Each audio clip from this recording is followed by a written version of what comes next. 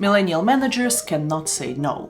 Okay, we can, but we feel guilty if we do. First, we overwork. We are very proud of being overachievers, so we constantly overcommit and get burned out in the end. Just push it through. Yeah, just push it through. But on top of that, we're also paranoid. We constantly doubt our qualification and expertise. Afraid success will inflate your ego? Try imposter syndrome. So every time we try to set a working boundaries, we feel guilty, like we don't deserve to have these boundaries in the first place. Let's talk about it. It is easy for me to talk about managers, millennials, because I'm one, and for the record, if you're somewhere between 28 and 40, welcome to the club. Many of us are very passionate about our work. Sometimes almost unreasonably passionate. We were kind of always told to work hard when we were younger by our parents, and then when we start working by our managers. I myself know a lot of people of my age that are pretty much career oriented, and like the concept of enjoying life is considered something, like for hippies, and we are too busy to even think about these things. Very busy working life is considered normal, and this vibe of when you're just running from one meeting to another with coffee in your hand and laptop in another because you're in such a rush. You barely have time to talk to other people just because you're so busy with your objectively very important work. That's kind of the mood. And before you went to a comment section and told me that it doesn't exist, I know it doesn't represent every single millennial out there, but I know that there are many of us who are like that. So this notion that we all need to work very hard kind of partially pays off, right? So a lot of us became successful in the corporate. Many of us made a good career and even became managers. Another side reason why I think it's happening is because many of us observed a notion that your role is important, your status and position in the society is important. So that's why being a manager is usually considered as the right career, as a good career. So when we are given the opportunity to become managers, we rarely, I think, reject it because why would you do it? This is what is considered as a right career progression. Even if you don't like it, don't even think about it. And here's where I see the first problem. We're kind of glorifying overwork, partially because of the corporate cultures we used to spend so many years in, or partially because we've been kind of told so. We kind of never learned to say no or establish a working boundaries because not taking a challenge is for the weak. And I think we've kind of absorbed the idea that having work as the biggest priority in life equals being professional, and our worth comes from our productivity level. On top of that, in many companies, there is a culture of a competition between people, to always keep you on your toes and for you to always show the best results that you can. But because of that, because we were surrounded for this competition culture, we are afraid to rest, because rest for us feels like a waste of time. And being a manager in corporate accelerates it, and is doing it so much because the more people we have in our team, the higher the responsibility we feel, and the more it intrinsically pushes us. And it is in general understandable. I mean, we're all action-oriented people, at least those who can relate to things that I'm talking about in this video. So we do want to work, we want to do things, but in the end, it's not that we just get burned out, but we're also embarrassed to admit it, because everyone around us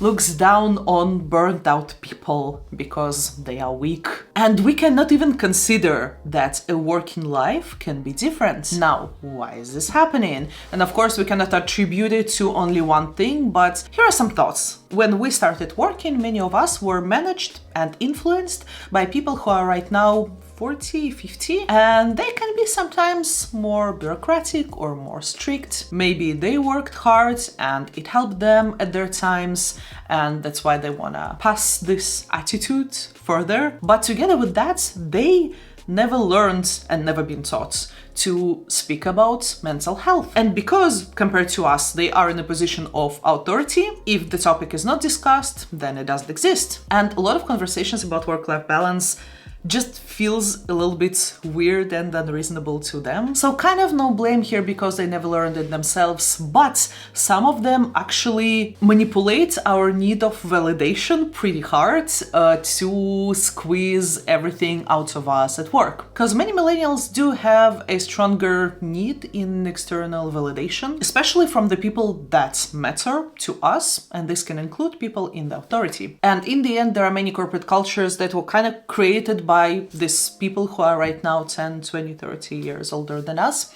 that glorify all kinds of weird things and wrong things. But that's not the only problem. And I know many of you will relate to that. But because of some of these reasons, we struggle to realistically evaluate and articulate our value. We work a lot, we do the job, but we're constantly paranoid that we're actually not good enough for this job. By the way, partially it's a result of our need of validation being abused. Because we're kind of pushed to get higher and higher, it creates an impression that we're never actually enough. So we just don't believe in ourselves that much. And because of that, it is very hard for us to position ourselves as experts. All these lovely things about imposter syndrome, that we don't think that we deserve the work, that we ended up here by accident, and we are totally paranoid, like we lied on the interview and that's why we landed the job. And if at some point of our lives we're thinking about doing a freelance, for example,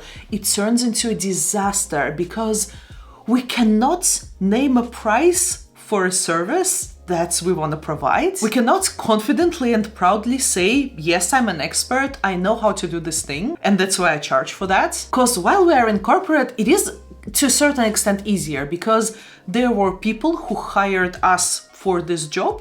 So that's why we kind of share the responsibility with them. There are smart people, actually smart people, who trusted us with this job, which means that at least partially it is justified. But if you're an entrepreneur or if you're a freelancer, there is no such thing. And the only thing you rely on is how do you evaluate and articulate your value, which I know for many people, just talking about it generates anxiety. And there is one more thing, I believe, why it is additionally hard.